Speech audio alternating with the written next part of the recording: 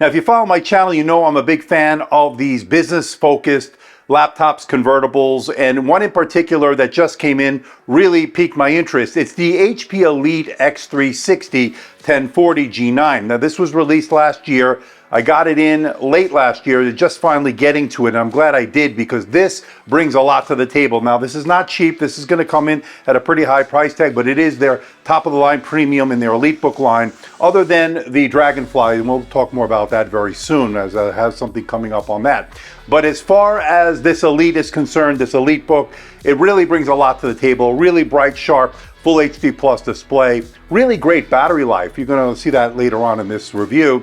It got great build quality, versatile as a 2-in-1 convertible. You can use it in the different modes. Great pen support. So lots to like here, and we're going to get a look at it here today. Hey everybody, it's Andrew, and this is my review of the HP Elite x360 1040 G9. Coming up.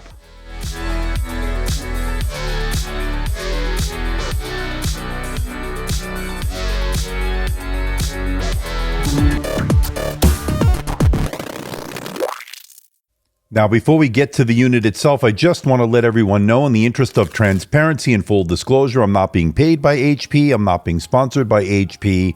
All the opinions you're about to hear are my own. HP is not getting copy approval. That means they're seeing this video for the first time, just like you. Now, this unit is on loan from HP, and once this review is done, I'll be sending it back. Pricing starts at $2,949.00, and that is expensive, of course, but remember, companies tend to buy these in bulk and get nice, steep discounts from HP when they do buy these in bulk, so just keep that in mind. And HP does run a lot of sales, so make sure you check out the link in the description below for the latest pricing. And with the specs and pricing out of the way, let's find out what you get inside the box. Let's open it up. Let's see what else we get in here. Looks like they sent us the pen. Let's start off with product information here. You can see it there. It's got a AT&T 5G SIM card, so I'm assuming this has mobile broadband. That's always good. And I love the fact that they sent that over with the broadband, because when I do travel for press events and so forth, definitely comes in handy. Got a worldwide warranty here, technical support. That's good. And again, we have a USB-A to USB-C port here. And here you can see it right there. Okay, I'm assuming maybe to charge the pen. And then we have some documentation regarding the pen. Again, it's a Wacom AES 2.0 pen, from what I understand. It's a tip remover tool. Okay, and then we have the pen right here. Okay.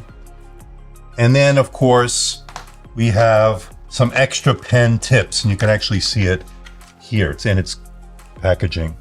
So, a lot of good stuff. Nothing too surprising here. It's a 2-in-1 convertible. And then we have your power cord, which of course you'll need, and the braided 65-watt USB-C charger. This is pretty typical braided cable, so it doesn't snag, so it doesn't tear. Pretty good. And then, of course, the unit itself. Wow. So this is pretty nice. All metal design. And I can tell you right away, not too heavy, but it feels premium. It feels pretty good. Okay, let's check out the port selection. We're going to start off on the left side. We get an HDMI port, a USB-A port, 2 USB Type-C, Thunderbolt 4 ports that are full function, supporting data, charge, and display out, and an optional smart card reader. And moving over to the right side is a SIM tray for the optional 4G LTE or 5G modem. That, of course, is optional. And next to that is a Kensington lock port, a USB-A port, and finally your microphone headphone combo jack to round out the ports on this 2-in-1 convertible. Notably missing, there's no SD or micro SD card reader. But even without that, it's still a pretty decent port selection. Now, to get inside this laptop, it's pretty easy. All you need to do is loosen the 5 Phillips head screws that are captive, so you don't have to worry about losing them, and use a pry tool or guitar pick to pry off the bottom plate, and you're in. It's that easy. Now, once inside, you'll notice that the RAM is soldered down. So unfortunately, unlike the 840 and the 845 we looked at in the EliteBook line, this does not have upgradable RAM. Now, my review unit has 16 gigabytes of DDR5, 4800 megahertz RAM, and it is running in dual channel mode.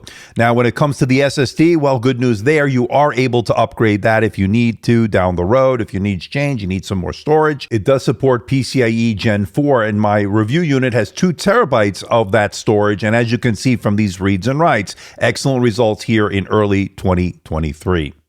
And when it comes to wireless, we're looking at Wi-Fi 6E and Bluetooth 5.3 combo card that is slotted in, not soldered in. So if you need to upgrade it later on, you can. And both the Wi-Fi and the Bluetooth have been working flawlessly. No issues on either front. Now, as far as the mobile broadband, 2 choices here, 4G LTE or 5G modem here. And that is great, especially for the road warrior who needs to get work done on the road and have an always-on secure connection.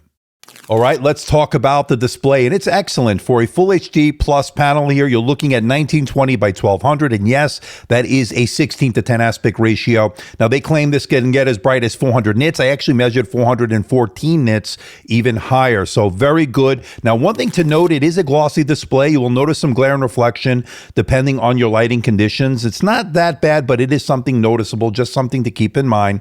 But as far as the brightness, I'm very happy with that brightness. Now, as far as the coverage of the color gamut, looking pretty good here. Decent coverage of that color gamut. As you can see from the numbers, you're looking at 100% sRGB.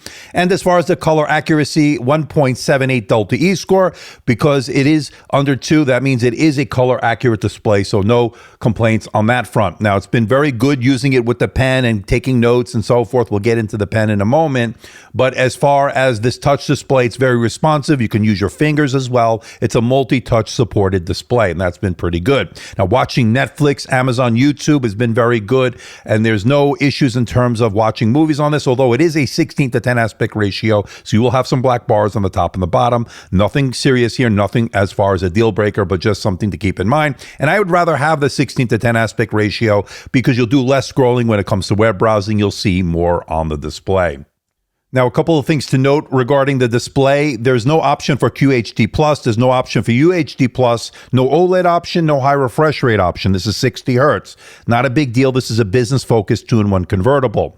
Now, as far as a privacy display, there is an option for that 1000-nit SureView privacy display. For those that need it, it's there. I'm not the biggest fan of those privacy displays, but they have gotten better over the years. But my overall takeaway is this is an excellent 14-inch IPS panel. It's bright, it's sharp, it's colorful. It's got everything you want in a 2-in-1 convertible as far as this display is concerned. No complaints on that front. Good job, HP.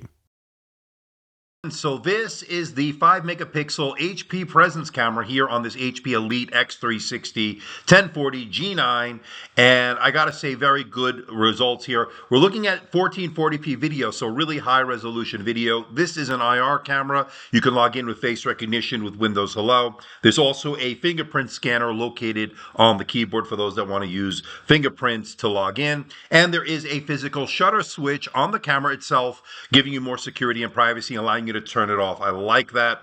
So really good quality here. I think it's going to be really good in all kinds of lighting conditions. As auto lighting, it has presence detection, it has auto framing, all the bells and whistles we've come to know with the HP presence camera. They're here, and I think HP does an excellent job here. But I want to know what you think. Let me know in the comment section below. What do you think about these array mics here as far as the audio quality? Let me know about that as well. Now, as far as the competition is concerned, this would go up against something like the Dell Latitude 9430 2-in-1. Same processor, same amount of RAM, although the RAM is faster on the Latitude 9430. And as far as the numbers are concerned, as you can see here, this definitely holds its own when you're looking at that Core i7 1265U in terms of the PC Mark 10, in terms of the Geekbench scores, in terms of the Cinebench R15, and as we will see in a moment, the Cinebench R20 and the R23. And that, of course, would definitely test the single thread and multi-thread performance, see if there's any thermal throttling. And I think the performance is pretty decent for what you need it to do. Again, this is going to be a 2-in-1 convertible business laptop that you need to take with you on the road with the optional mobile broadband. And I think this definitely will fit the bill. Doing things such as Microsoft Office, email, web browsing all did well. You can do 1080p video editing. It worked fine with the integrated Iris Xe graphics.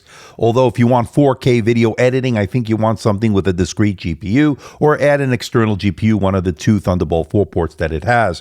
Now, of course, gaming is really not on the table here, although you can get some playable frame rates if you lower some of the settings. That's been pretty much the MO for the Iris Xe graphics, but really AAA titles on the highest settings really not in the cards for this laptop.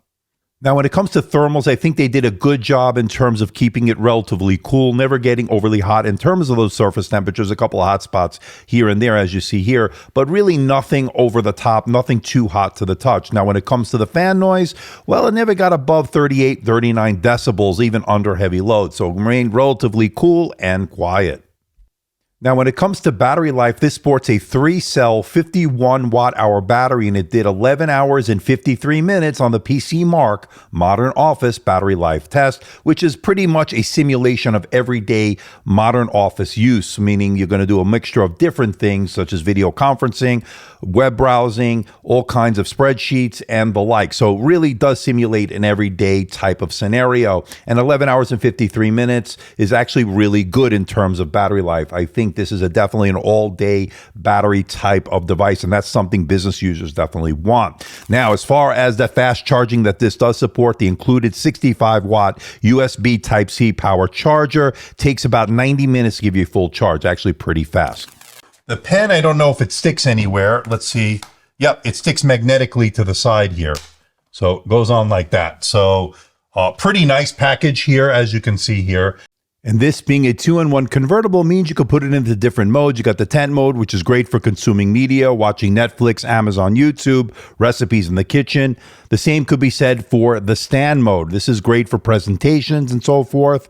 And then, of course, you could put it into the tablet mode. You can use it with the pen. Now, tablet mode can get a little bit heavy for extended periods of time, so you might want to put it on a desk or a table to take notes or sketch out diagrams and do some artwork. And speaking of the pen, we're looking at a Wacom AES 2.0 pen. I thought it was very comfortable. The feel is good in the hands, and it does have a pen to paper type of feel when you are taking notes or sketching out some diagrams and artwork. It did work well. Now, I'm not an artist, but for the limited time that I've had it, it does work well, and I like having the pen there. Now, as far as storing the pen, it sticks magnetically to the side, but in order to charge it, you need to charge it via USB Type-C. So just keep that in mind. And for those wondering, you can't quite open it up with one finger. The hinges are just not designed to do that. That's typically a 2-in-1 convertible. Now, as far as the keyboard is concerned, I found it very comfortable to type on for extended periods of time. Tactility was good. The key travel, a little bit shallow, but good nonetheless. And I had no issues with it. Very good so far. Now, the Glass Precision Touchpad had a decent size to it, very responsive when it comes to two-finger scrolling. All the gestures really worked well. Very good in terms of the tactility on this as well. So good job on terms of that touchpad. Now, as far as audio is concerned, we're looking at dual stereo speakers here. They're Bang & Olufsen tuned. They're Dolby Atmos in terms of the spatial audio. So you're going to get some pretty good sound. Now, I'm going to test it with Epidemic Sound. And for those that want to save 10% off Epidemic Sound, see the link in the description below. Now, let's give this a listen.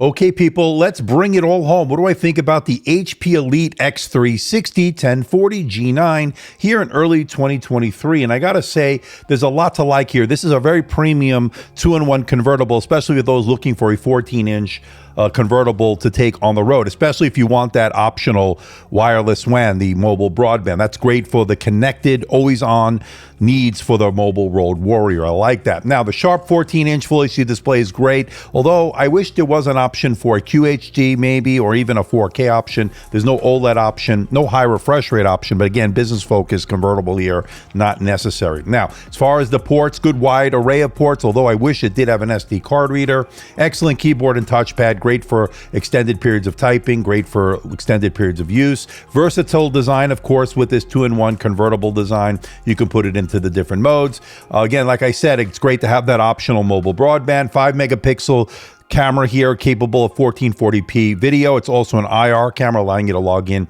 with face recognition. The Dolby Atmos stereo speakers here sound good and runs relatively quiet and cool, never getting overly hot, although it does throttle down a little bit to get you that cool and quiet performance here, although the performance is good for what you need it to do. And then, of course, there is all-day battery life here, pretty much, considering what you're doing on it. Of course, everybody's use case is a little bit different, but it did well on the PC Mark X modern battery life test, and that's a good sign right there. No SD card reader, again, is the negative, and it's very expensive, as I mentioned earlier, although companies tend to buy these in bulk and will receive pretty steep discounts from HP. So keep that in mind, and HP does run a lot of sales, so remember, if you want to get the latest pricing, make sure you check out the link in the description below. But there's a lot to like here on this 14-inch 2-in-1 business convertible. It's very premium, very high-end, and I like what it brings to the table in terms of features and design.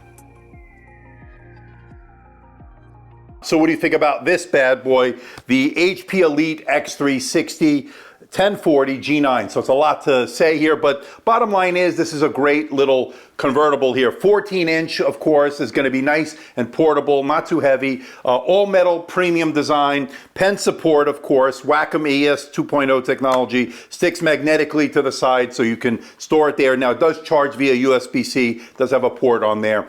Takes very quick in terms of the charge, so you don't have to wait a long time. Good port selection, no SD card reader. That's one thing that I noticed, but overall pretty good in terms of the ports. I love the optional mobile broadband 4G LTE or 5G. This is going to be great for those that need that always on secure connection. Now, battery life, I got almost 12 hours on that PC Mark X battery life test. It's the modern office battery life test. So that pretty much is a good simulation of an everyday work day, and that really can tell you that this is a pretty much an all-day battery device. So that's something we like to see. It charges very quickly. It does support fast charge. It has a 65-watt USB-C power adapter and no problems there. We've seen it before. And I love the fact that those chargers have a braided cable. No snagging, no tearing. A lot better than the normal chargers we see. But of course, it's going to come down to price, and I know a lot of these businesses tend to look at these and buy these in bulk and will get pretty steep discounts from HP. So that has been the MO. And they do run a lot of sales, so sometimes you can get as much as 50%, maybe even more. So make sure you check out the link in the description below to get that latest pricing. Now, as far as the fact that it is a high starting price, now just keep in mind, not geared towards the average consumer. And I think people sort of get lost in that. And I love the fact that this really brings a lot of sensibility, not maybe in the price, but really in balance of performance, battery life, thermals. It never got overly hot, never got overly loud. So I like to see that. And I didn't see really that much thermal throttling. I did see better performance on other devices, but again, for what you need this to do on the road, type out some documents, emails, web browsing, 1080p video editing is certainly fine on this. But again, remember, this has the integrated Iris Xe graphics, which have gotten a little bit long in the tooth. We've gone over that numerous times here on the channel. But you could always add an external GPU via one of the two Thunderbolt 4 ports that this has. But overall, I think this is a great device in terms of versatility. If the business user who needs all those extra features, such as a 1000-nit privacy display, mobile broadband, I think you get the picture. So I think it brings a lot to the table for those looking for this type of device. But I'm curious to know what you think. Let me know in that comment section below. So please hit the like button, please subscribe, please share this video. Don't forget to leave a comment in that comment section below. Let me know how I'm doing. Let me know if there's a device or something out there you think I should review. I'll do my best to try to make that happen. Don't forget to check me out on Facebook, Twitter, Instagram, and of course my website, amdtechreviews.com. So until next time, this is Andrew from AMD Tech. See ya.